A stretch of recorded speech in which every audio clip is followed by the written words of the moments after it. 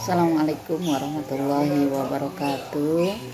Teman-teman semuanya, Bapak Ibu yang mudah-mudahan selalu diberkahi oleh Allah Subhanahu wa taala.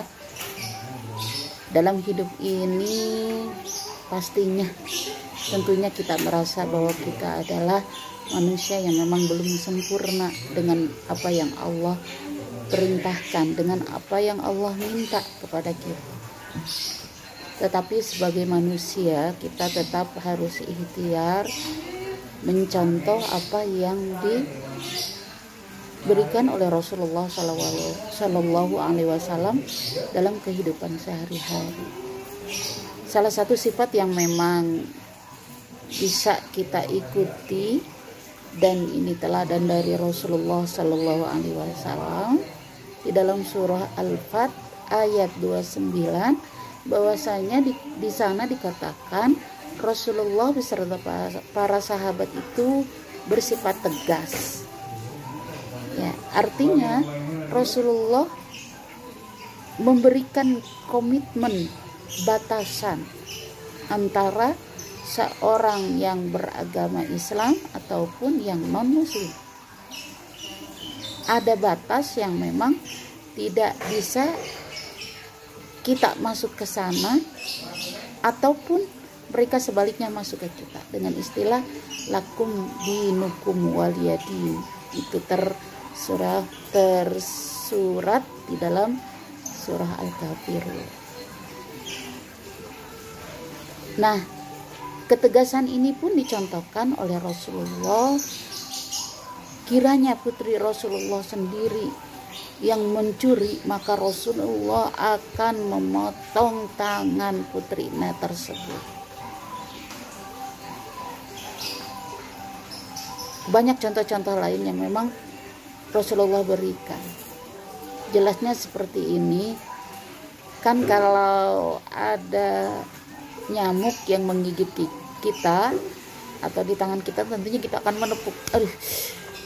Bahkan kita merasa puas kalau itu sampai mati karena telah menggigit kita. Artinya dia berbuat sesuatu karena mengganggu. Tapi kalaupun memang kita masuk ke tempatnya, contoh hutan itu adalah tempat nyamuk, maka kita salah kalau kita membasmi di hutan, menyerang di hutan, karena memang itu tempatnya. Tetapi ketika sudah mengganggu diri kita dan mencederai bahkan mengancam, maka ada ketegasan di sana. Namun Rasulullah juga mengajarkan kita tidak boleh bermuka yang marah, menandakan kebencian, tidak memberikan senyuman kepada mereka. Perlakukanlah mereka seperti kita memperlakukan teman-teman kita sesama muslim. Ya, karena kita juga hidup sangat beragam dan di sana kita diajarkan untuk bertoleransi. Yang selanjutnya yaitu bahwa sifat yang harus kita ikuti dari Rasulullah adalah ruhamau bainahum. Artinya sangat sayang, berkasih sayang di antara sesama muslim. Kalau tadi tegas karena memang ada batas-batas tertentu. Yang kedua, Rasulullah dengan para sahabat itu sangat punya rasa cinta dan kasih sayang. Cinta ini terlihat dari rasa kasih sayang Rasulullah bukan saja kepada manusia tapi kepada binatang.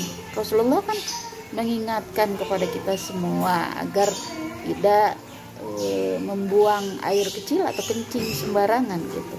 Karena salah satunya adalah di dunia ini ada yang namanya semut. Apa yang terjadi kalau kita kencing di lubang semut begitu?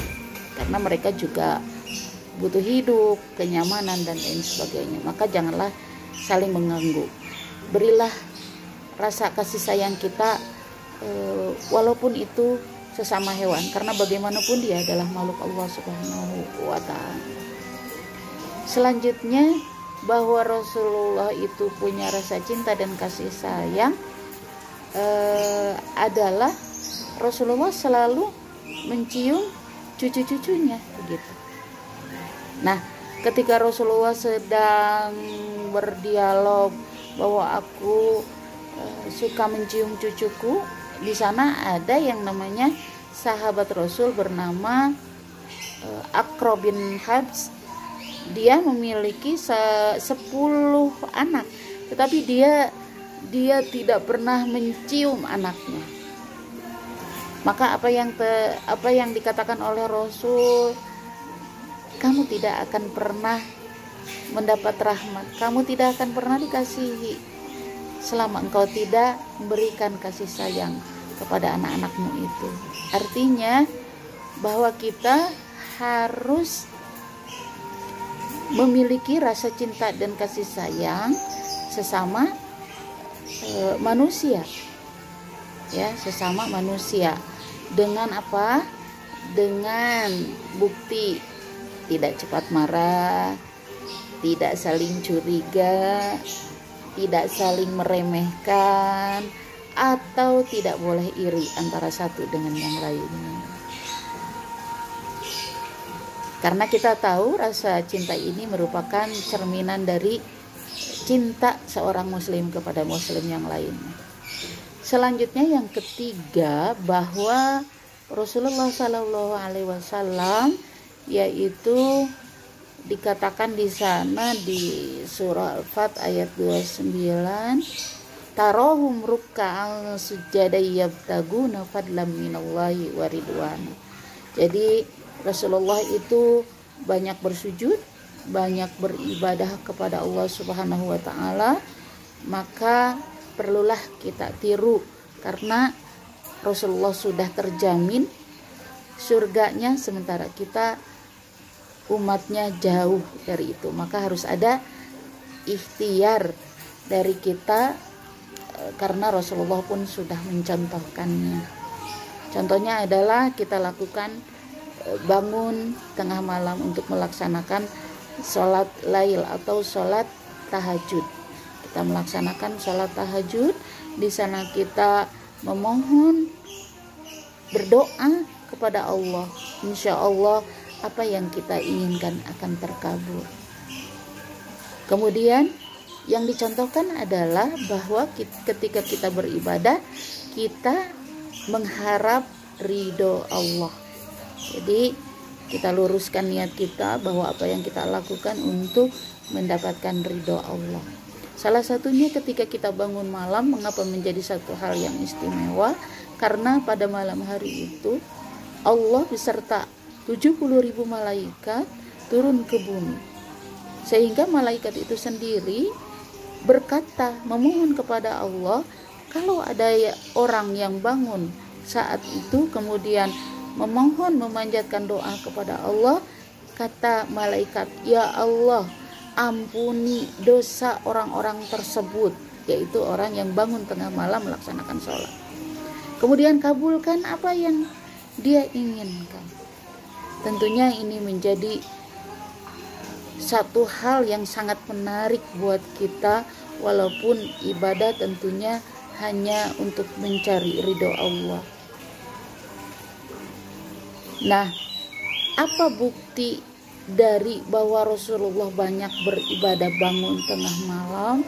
Yaitu di dalam kehidupan sehari-harinya, bukan saja dia baik sesama makhluk Allah terhadap hewan, tumbuhan, tetapi juga kepada manusia. Inilah yang membuktikan bahwa Rasulullah merupakan rahmatan lil alamin, membawa rahmat buat seluruh isi alam ini. Demikian, mudah-mudahan kita dapat meniru apa yang Rasulullah SAW contohkan kepada kita. 3 hal. 1, kita hidup harus tegas, istiqomah dengan kebenaran. Yang kedua, bahwa kita harus punya rasa cinta dan kasih sayang sesama muslim. Yang ketiga, kita perbanyak ibadah terutama di malam hari, dan tentunya hanya mengharap ridho Allah Subhanahu wa taala. Demikian, jumpa lagi di dalam episode ataupun nanti dalam gelombang yang sama. Wassalamualaikum warahmatullahi wabarakatuh.